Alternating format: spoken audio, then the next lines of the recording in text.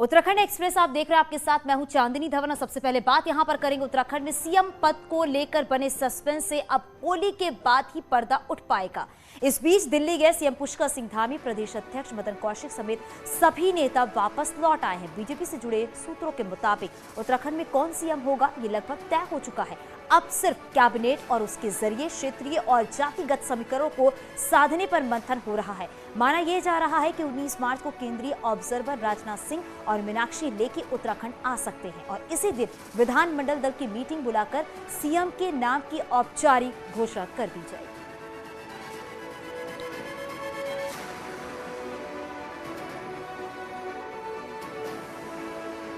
हैं उनके अनुसार भारतीय जनता पार्टी के जीते हुए विधायक अपने विधानमंडल दल के अंदर करेंगे और केंद्रीय नेतृत्व की ओर से 2 पर्यवेक्षक उसमें उपस्थित रहेंगे। ये सभी प्रक्रिया संभवतः होली के बाद संपन्न होगी और होली के बाद स्थिति स्पष्ट होगी। तो दिल्ली में लगातार मीटिंग और मुलाकातों के बाद कार्यवाहक सीएम पुष्कर सिंह धामी आज खटीमा पहुंचे और यहां सीधे अपने आवास पहुंचे। पुष्कर सिंह धामी ने कहा है कि खटीमा की जनता उन्हें 2 बार आशीर्वाद दिया है और इस बार जो जनादेश मिला है उसका स्वागत करते हैं। साथ ही उन्होंने कहा कि खटीमा की जनता का नुकसान नहीं होने देंगे। दोबारा मुख्यमंत्री बनने के सवाल पर पुष्कर सिंह धामी ने कहा है कि अब फैसला जो होगा वो केंद्रीय नेतृत्व करेगा। विधायकों की सीट छोड़ने को लेकर भी उन्होंने कहा कि सब कुछ केंद्रीय नेतृत्व ही तय करेगा। खटीमा क्षेत्र को कोई नुकसान नहीं होगा। खटीमा क्षेत्र के लिए पहले भी काम मैं करता रहा हूँ और आगे भी करता रहूँगा। हमारी पार्टी की सरकार है और हर जगह काम होगा और खटीमा की जनता ने जो भी निर्णय दिया है वो मेरे सिर माथे पर है। आभारी हैं उनके कि उन्होंने हमें इतनी प्रचंड जीत दी। उनकी अपेक्षाओं के अनुरूप, उनकी आशाओं के अनुरूप उत्तराखंड राज्य के विकास के लिए हमारी पार्टी, हमारी सरकार काम। कई विधायक से छोड़ उत्तराखंड सरकार ऐतिहासिक ऐसा है कि लोगों ने पेशकश की है और उसमें कहीं ऐसा नहीं है। अभी तो केंद्रीय नेतृत्व होता है। उत्तराखंड में बीजेपी के सभी सांसदों ने आज गृह मंत्री अमित शाह से मुलाकात की है। संसद भवन में अमित शाह के साथ ये मुलाकात हुई है। सभी सांसदों ने अमित शाह को जीत की बधाई दी है और उन्हें जीत के लिए धन्यवाद भी दिया है। बीजेपी के लोकसभा और राज्यसभा के सांसदों ने अमित शाह के साथ मुलाकात की।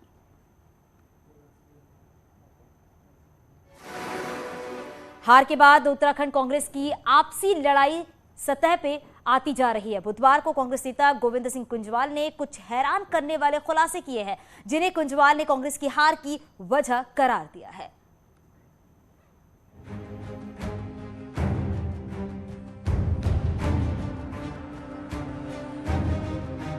उत्तराखंड विधानसभा चुनाव में कांग्रेस की करारी हार के लिए जिम्मेदार कौन है, इसका मंथन अभी कांग्रेस संगठन के स्तर पर होना बाकी है। लेकिन इस मंथन से पहले ही कांग्रेस नेता आपस में भिड़े हुए हैं। कांग्रेस के वरिष्ठ नेता और पूर्व विधानसभा अध्यक्ष गोविंद सिंह कुंजवाल ने 2 कदम आगे बढ़कर पार्टी की गुटबाजी को हार की वजह करार दिया और नेता विपक्ष प्रीतम सिंह के लोगों पर गणेश गोदियाल का सहयोग नहीं करने का आरोप लगा दिया।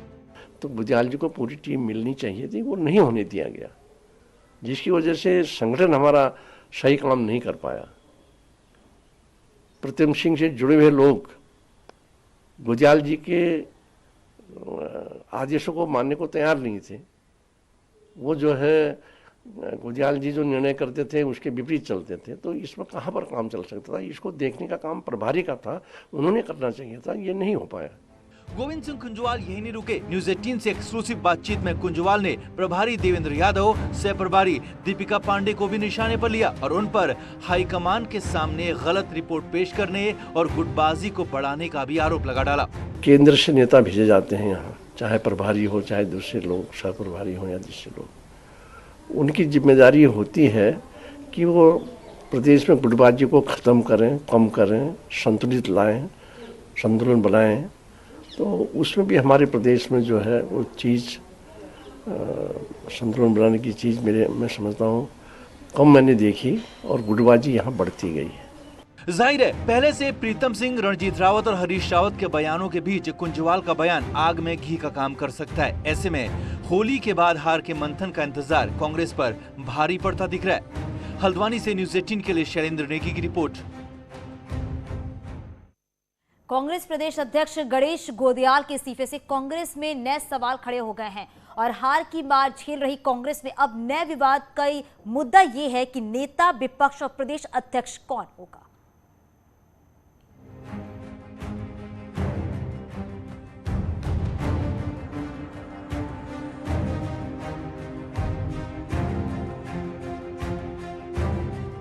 विधानसभा चुनाव की करारी हार ने बड़े नेताओं के भविष्य पर सवाल खड़े कर दिए हैं।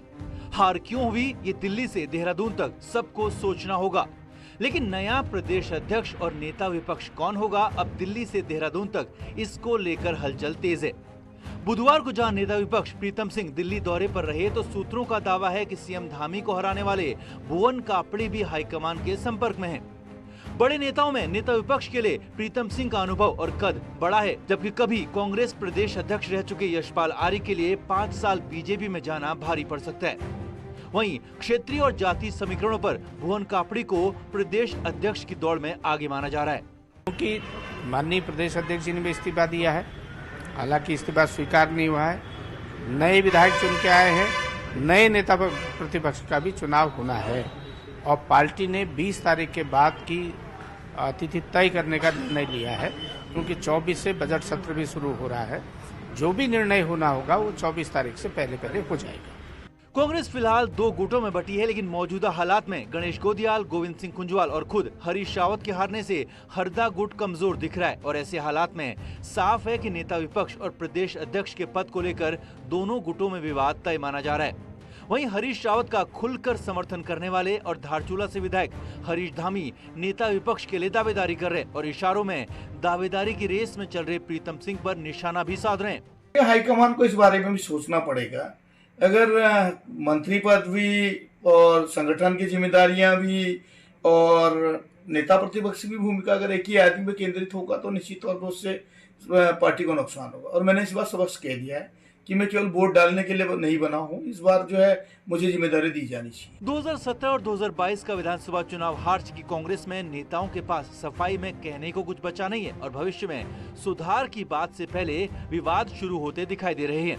और प्रदेश में पिट चुकी कांग्रेस में अब नई लड़ाई प्रदेश अध्यक्ष नेता विपक्ष को लेकर छिड़ती दिख रही है। दीपांकर भट्ट, न्यूज़ 18 देहरादून।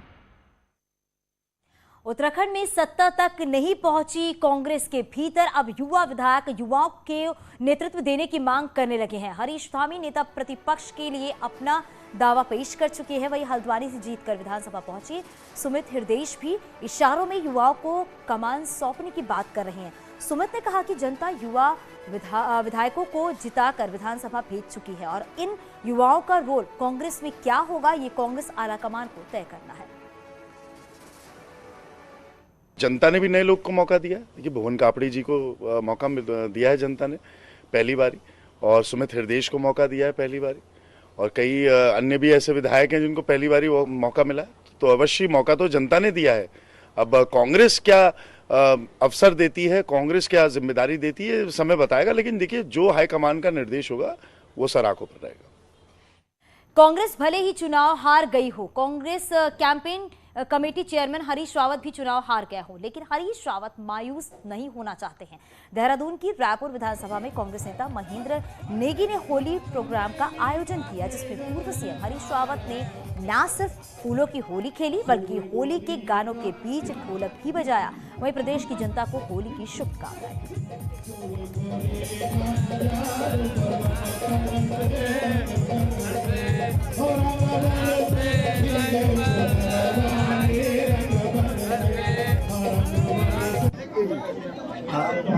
अब तो फूलों और रंगों दोनों की होली हो गई है, तो सबको होली की बहुत बहुत बधाई।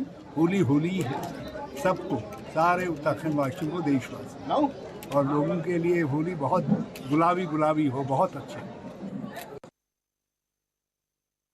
देहरादून में बीजेपी विधायक गणेश जोशी ने अपने सरकारी आवास पर होली मिलन कार्यक्रम का आयोजन किया, जिसमें कुमाऊनी होलियारों की टोली के साथ साथ स्थानीय लोगों ने भी जमकर ठुमके लगाए। और इस दौरान बीजेपी विधायक ने प्रदेशवासियों को पहले तो बीजेपी सरकार बनाने पर धन्यवाद दिया और होली के पर्व की सभी को बधाई दी। गणेश जोशी भी इस दौरान होली के रंग में सराबोर नजर आए।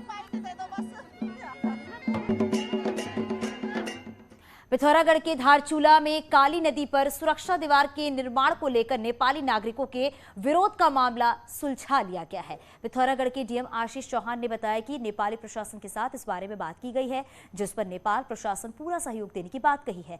असल में भारत द्वारा बनाई जा रही सुरक्षा दीवार का नेपाल नागरिक विरोध कर रहे थे। हालात यहां तक पहुंच चुके थे कि नेपाली नागरिकों ने भारत के पोकलैंड ऑपरेटर पर नदी के दूसरे छोर से पत्थराव तक कर डाला था, जिसके बाद भारतीय प्रशासन पूरी तरह से एक्टिव मोड में आ गया।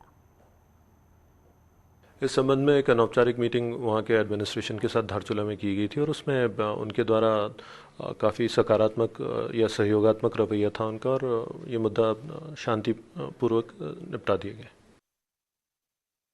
बीजेपी प्रदेश अध्यक्ष मदन कौशिक द्वारा पुस्तकालय निर्माण में भ्रष्टाचार के आरोपों पर हाई कोर्ट ने मदन कौशिक और इंजीनियर रामजी लाल को नोटिस जारी किया है और कोर्ट ने 20 अप्रैल तक जवाब फाइल करने का आदेश दिया है। मदन कौशिक ने 2010 में अपनी विधायक निधि से 16 पुस्तकालयों के निर्माण के लिए 1.5 करोड़ रुपए जारी किया, लेकिन आज तक ये पुस्तकालय नहीं बनाए गए, जबकि 1.5 करोड़ रुपए का भुगतान जारी कर दिया गया। जांच में पता चला कि जिन स्थानों पर पुस्तकालय होना बताया गया है वहां पर बारात घर, निजी आवास, धर्मशालाएं।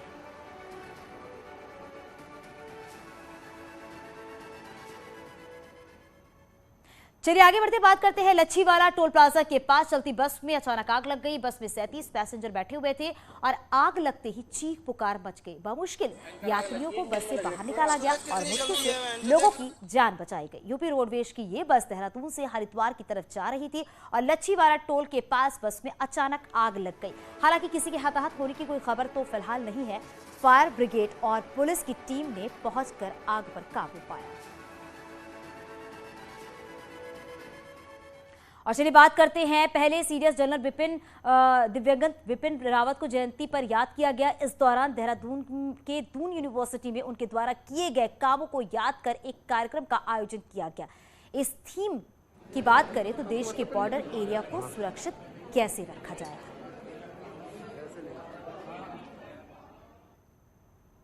चमोली के हेमकुंड साहिब में बनने वाले रोपवे को लेकर फर्जीवाड़ा सामने आया है। मामले में पर्यटन विभाग के अधिकारी की शिकायत पर कैन कोतवाली में 4 कंपनियों के 12 डायरेक्टरों के खिलाफ धोखाधड़ी का मामला दर्ज हुआ है। आरोप है कि टेंडर प्रक्रिया में कंपनियों ने 2.5 करोड़ रुपए की फर्जी बैंक गारंटी विभाग पे जमा की है, जिसके बाद विभाग ने सभी कंपनियों के खिलाफ मुकदमा दर्ज किया है। आपको बता दें, घंघरिया से Hemkund Sahib ropeway project PPP mode में बनाने के लिए टेंडर जारी किया गया था और इन्होंने बैंक से जब कॉरेस्पॉन्डेंस किया बैंक गारंटी के संबंध में, तो ये टूरिज्म डिपार्टमेंट के प्रकाश में आया कि बैंक गारंटी जो है उस पर्टिकुलर बैंक से जारी ही नहीं हुई थी। तो उसके संबंध में इन्होंने ये एक एप्लीकेशन दी थी थाना कैंट में, जिस पे FIR रजिस्टर हुई है। उधम सिंह नगर में बाजपुर में शादी के नाम पर एक महिला की खरीद फरोख्त का मामला सामने आया है। पुलिस और एंटी ह्यूमन ट्रैफिकिंग यूनिट की संयुक्त टीम ने हरियाणा निवासी पिता पुत्र समेत 8 अभियुक्तों को गिरफ्तार किया है। 2 अभियुक्त पुलिस को चकमा देकर फरार होने में कामयाब रहे। पुलिस के मुताबिक काशीपुर निवासी महिला का शादी के नाम पर 80,000 रुपए में हरियाणा निवासी 2 लोगों से सौदा किया गया था। बाजपुर रेलवे स्टेशन से महिला को हरियाणा ले जाने की तैयारी थी, लेकिन पुलिस ने मौके पर पहुंचकर 3 महिला सहित 6 दलालों सहित 8 अभियुक्तों को पकड़कर जेल भेज दिया है। गिरफ्तार महिलाओं में एक महिला पूर्व में भी एक युवती का सौदा करने के मामले में फरार चल रही थी। के कुछ लोग हैं जो यहाँ पे महिला को विवाह के लिए खरीद के ले जा रहे थे, तो 80,000 रुपये में उन लोगों ने उनकी लगाई थी कीमत। उस महिला की तहरीर के आधार पे हमने एक मुकदमा दर्ज किया है, जिसमें 8 लोगों को हमने गिरफ्तार किया है, जिसमें से 3 महिलाएं हैं और 5 पुरुष हैं। 2 व्यक्ति फरार हैं, उनको पकड़ने की पुलिस पूरी कोशिश कर रही है। पिथौरागढ़ में चाइना बॉर्डर को जोड़ने वाली सड़कों से जमा बर्फ हटाने का काम तेज हो गया है। बीआरओ ने गुंजी से नाभी ढांग तक 22 किलोमीटर की रोड से बर्फ हटा दी है, जबकि गुंजी से ज्योली कांग तक 9 किलोमीटर तक रोड खोली जा चुकी है। बीआरओ का कहना है कि हफ्ते के भीतर ज्योली कांग तक रोड से बर्फ पूरी तरह हटा दी जाएगी। बॉर्डर की सड़कों से बर्फ हटने से सुरक्षा बलों को सबसे अधिक राहत मिलेगी और यही नहीं, ऊंचाई वाले इलाकों को माइग्रेट होने वाले ग्रामीणों की भी राह आसान होगी। और यहां रुकेंगे छोटे से ब्रेक के लिए।